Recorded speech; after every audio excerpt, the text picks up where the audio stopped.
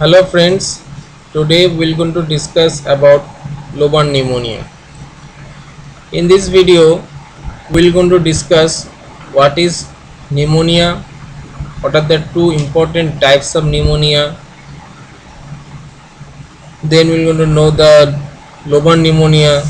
In lobar pneumonia, we're going to know what are the positive organism, predisposing factor, pathology, clinical feature and treatment of lobar pneumonia. To start with, what is pneumonia? Well, pneumonia is an inflammatory condition of the lung, especially affecting the alveoli and the lung filled with fluid. The main cause of pneumonia are held to be infection, but apart from infection, they can also cause due to some chemical and physical injury that are to be discussed in some other video. But the pneumonia is characterized by cough, chest pain, fever, difficulty in breathing. And in diagnostic process, we came to our main diagnostic tool will be X-ray and sputum examination. Now the classification of pneumonia. Broadly, the pneumonia is classified into two groups, that is bronchopneumonia and lobar pneumonia. What is the bronchopneumonia and what is the lobar pneumonia? Well, the bronchopneumonia and the lobar pneumonia are basically classified on the basis of their distribution. The bronchial pneumonia will affect the patches around the tubes, that is bronchi and bronchiole, whereas a lobar pneumonia is an infection that only involve a single lobe or a section of lung. Lobar pneumonia is the topic that we are going to discuss today. Now, what are the causative organism of lobar pneumonia? The single most important causative organism is Streptococcus pneumoniae, but Klebsiella pneumoniae can also cause lobar pneumonia, but their number are very few. Secondly is the predisposing factor. It has been found that lobar pneumonia is surprisingly much more common in the winter month. So the winter and cold weather is held responsible. Also, it has been found to be common in people living in a slum and overcrowded area. So overcrowding is also held responsible for lobar pneumonia. And lastly, the decrease in person resistant is also responsible for lobar pneumonia.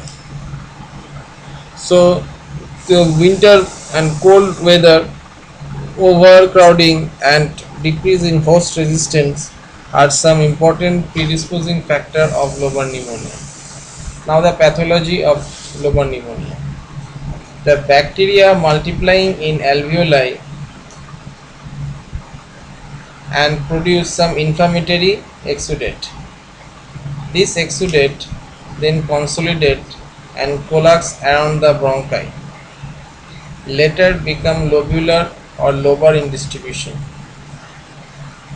But actually the pneumonia passes through four distinct phases, that is stage of congestion, red hepatization, grey hepatization and stage of resolution. So what is this fourth stage? Well, the stage of congestion marks the alveolar vessel which become inflamed due to the viral infection, become congested, and fluid from the alveolar vessel in form of exudate fill up the alveolar space, which may or may not contain the positive organism, that is Streptococcus pneumoniae. Second stage is the red hepatization, which is the basically the composition of the congestive fluid that is accumulated in the stage of congestion, but here it is further consolidated. The consolidated fluid that constitute the red hepatization is actually the acute exudation containing neutrophil red cell, giving a red firm liver-like gross appearance, hence the name red hepatization.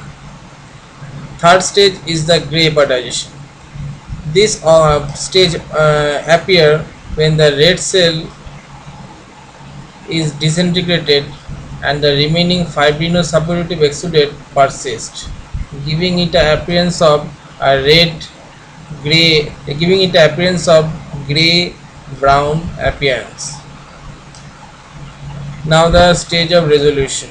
In stage of resolution is the favorable final stage in which consolidation exudate undergo enzymatic and cellular degradation and clearance, and hence the normal structure is restored. So these are the 4 stages that are found in lobar pneumonia. Now, what are the clinical features of lobar pneumonia? To start with, we should know that the incubation period of lobar pneumonia is about 1 to 3 days. That is, the lobar pneumonia sign and symptom develop after 1 to 3 days of catching infection with pneumococcus or streptococcus pneumoniae bacteria. The symptoms that are usually found in streptococcus pneumoniae patient are high fever with chill, which appear almost abruptly, then cough with headache and with rusty sputum. Sputum may also spill some blood, that is hemoptysis, may occur if the patient is in stage of red hepatization, as you mentioned earlier. Patient may also complain of abdominal pain, which is basically the referral pain from the pleural pain. Fourthly, patient will be in tachypnea, that is rapid respiration. Then there will be grunting, chest indrawing and cyanosis. Difficulty in feeding will be another symptom that is often found in lobar pneumonic patient. Now on examination, especially on auscultation of the chest, we find that there is crepitation and bronchial breath sound. Also, the adventitious sounds such as bronchophony, egophony and whispering pectoralici are also found in case of lobar pneumonia, as the air is replaced by fluid which are better conductor of sound than air itself. So these are some clinical features that we found in lobar pneumonia. Then the diagnosis. Well, we usually follow the normal protocol of diagnosis, that is history, physical examination, investigation, but two important thing that has to be mentioned here is the chest x-ray and sputum examination. Chest x-ray is invariably diagnostic for lobar pneumonia, which show the typical distribution of pneumonia as a white opacity sharply demarcated between the lung fissure, that is in a particular lobe. And second most important diagnostic tool is sputum examination. If patient able to cough out sputum, Then this sputum examination not only give the diagnosis regarding the type of causative organism, but also help us to know the drug that will be effective against the organism. Now the treatment. In treatment part, basically it is treated with antibiotic, preferably penicillin G. Penicillin G is given at a dose of 50,000 unit per kg per day intramuscularly in 5 to 7 divided doses. If penicillin G is not effective, we can use procaine penicillin. The doses is same as that of penicillin G. And while we give antibiotic, patient should be given oxygen to prevent cyanosis and breathlessness. And lastly, the fluid administration is also needed in lobar pneumonic patient, and in extreme cases patient may be required to put on mechanical ventilation.